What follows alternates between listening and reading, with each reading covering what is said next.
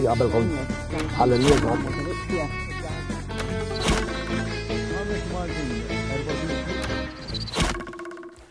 U sinjuri dan huwa shooter tal-lum nilqawkom u jekk għandkom xi ħaġa x'tibatulna biex aħna ninvestigawha tiddejqux tibatu għaw.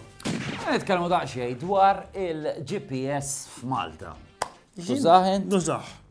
Nużaħ għax defiċenti fit-toroq, imma issa nsibtu għodda sewja biex nevita traffiku. Nara fejn hemm traffic u mmur minn x'imkien ieħor. Ma jtawwal ukoll ġieli wkoll u apparti li jtawwal. Eżempju tiftakar meta kienu qed jagħmlu l-flyover? Niftakar. Niftakar il-karozza għaddejja fil-vojt għax m'hemmx triq, ġifieri għamilt, ġifieri sbaħ xarejt. U ġieli għaddik minn toroq illi l-karozza ma tkunx tgħaddi minnha wkoll. Imma l-iktar li jfarrak huwa l-Malti. ħafna. Kif jagħmel il-pronunciation, jgħin ngħidu eżempju Baħar iċ-ċak. Isma' kif jgħidha? Baħar iċ-ċaka. Eżempju, ikollok xi triq li fiha jinnaf triq il-Monsinjur Xikluna. Ara kif tiġi? Sek Luna. Jow tal-ibraċ, tuħ tal-ibraċ, ħat tismaw kif ikkissira tal-karaċ, ek, ma teċtota. Ma missu jitalem il-Malti. Ekku, issa. Fit-toroq, la qed titħattu fuq it-toroq il-GPS beda jitfaċċa fil-kull kantunera ta' Malta għawdex it-tiżjien. Issa aħna wkoll qed ngħidu lilkom sabiex jekk għandkom tiżjien ġewwa u barra dar tagħkom u tixtiequ lilna li niġraw tidħlu fiċ-ċans li tirbħu żewġ biljetti biex tiġraw The Bigfoot Christmas Tale fil-Mercury Dome ibgħatulna hawnhekk. Illum ħanibdew bl-ewwel parteċipant. Ejraw. Ninsab dar ta' ġewwa Ġus, wieħed mill-ewwel persuni li qed juża fil-kompetizzjoni tad-dekorazzjoni tal-miliet fuq shooter. Kif tistgħu taraw ġewwa fissat fuq id-dekorazzjonijiet tal-miliet.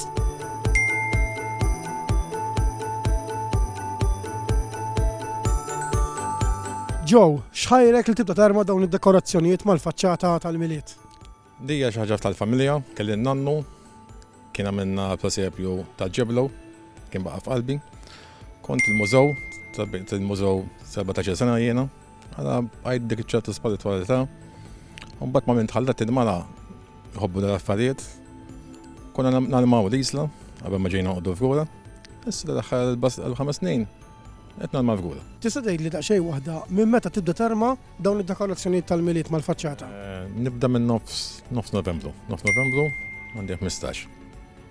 15 biex nagħlma, x'fiha xogħlu. Għata l-korsi ta' ġew, kemm il-metru ta' dawl għandek fuq il-faċċata? Nixtieq not il-bozzat imma paċenzja m'għandix. Paċenzja biex nagħlma għandi ma biex not il-bozzat. Imma meters hemm bej 120 u 150 metru. U jekk kent bħal ġew, u fissat li tarma d-dar forsi minn barra u minn ġewwa, nixtiequ nisimgħu minn għandek. Ibgħatilna email jew kellha messaġġ fuq il-paġni ta' Dan u Sandi. Prosit ħafna u nħajrukom sabiex tibqgħu tibatulna. Għana mal-bisniex, imma l-lum hija il-World Christmas Jumper Day. Din hija inizjattiva li bdiet fl-Ingilterra minn Save Our Children fej jibdew ħajru lin-nies jilbsu jumper tal-miliet u jagħtu donazzjoni biex jgħinu l-itfal. Għaliex ma nagħmluhiex hawn Malta wkoll u nagħtu donazzjoni għall-istrina issa li dalwaqt edha maħna ta' Dik xaġa sabiħa, di mhix daqshekk sabiħa, għaliex skont il-Eurobarometer f'Malta huwa faċli ħafna li wieħed isib il-kok. Fil-fatt, 24% tal-Maltin irrispondew illi huwa faċli ħafna li jsib il-kok mhux id-drink imma id-droga. U allura, aħna nistaqsu ftit, din id-droga għaliex hija daqshekk ħażina x'taħseb? Meta tagħmilha, għax hekk jgħidu wara lejl sħiħ, jista' jkun illi inti titlef l-irqat. U dak ifisser illi l-għada m'intix se tiffunzjona. Sakemm l-għada inti off, tgħaddi. Imma jekk l-għada inti dieħla x-xogħol jew inkella għandek ġurnata bit-tfal u mal-familja, dik taffettwa. Ħażina wkoll għax tista' tfallik. Ngħidu illi gramma waħda skont il-kwalità tiswa bejn 60 u 90 euro. Issa ejja ngħidu illi miżerjament persuna tieħu bejn waħda u tnejn jekk tkollha l-ħebit. Issa jekk toħroġ 8, 9, 10 darbiet jista' l-ħebit jitlalek anka għal 1000 euro fix-xahar. Issa hawn ħafna nies illi ma jaffordjawx u lanqas jekk tkun taffordja jista' jkun li dejjem tkun trid iktar. Għalhekk tista' tfallik. Xi ħaġa oħra li tagħmilek il-coke hija illi taħseb li mingħajrha min tista' tieħu gost, allura kif toħroġ eżatt tfittixha? Il-coke ukoll tista' twassal għal problemi sesswali illi mbagħad iġib diffikultajiet fil-kopji. Dawn il-problemi jolqtu speċjalment lill-irġiel. Issa, Mbagħad hawn min jgħidlek mbagħad nitfgħu waħda mill-blu.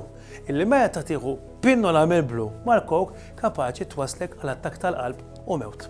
Mis-survey ħareġ ukoll illi ħafna mill-accidenti li konna fit-toroq tagħna ikunu minn nies drivers ikkokjati. Għaliex taħseb li bil-kok tista' ssuq, anzi x'nija hi illi jekk tieħu l-kok kun tiflaħ għax-xorb. Jekk għandek dan il-habit moħħok hemm u waħseb f'dan li għadna kemm ngħidulek.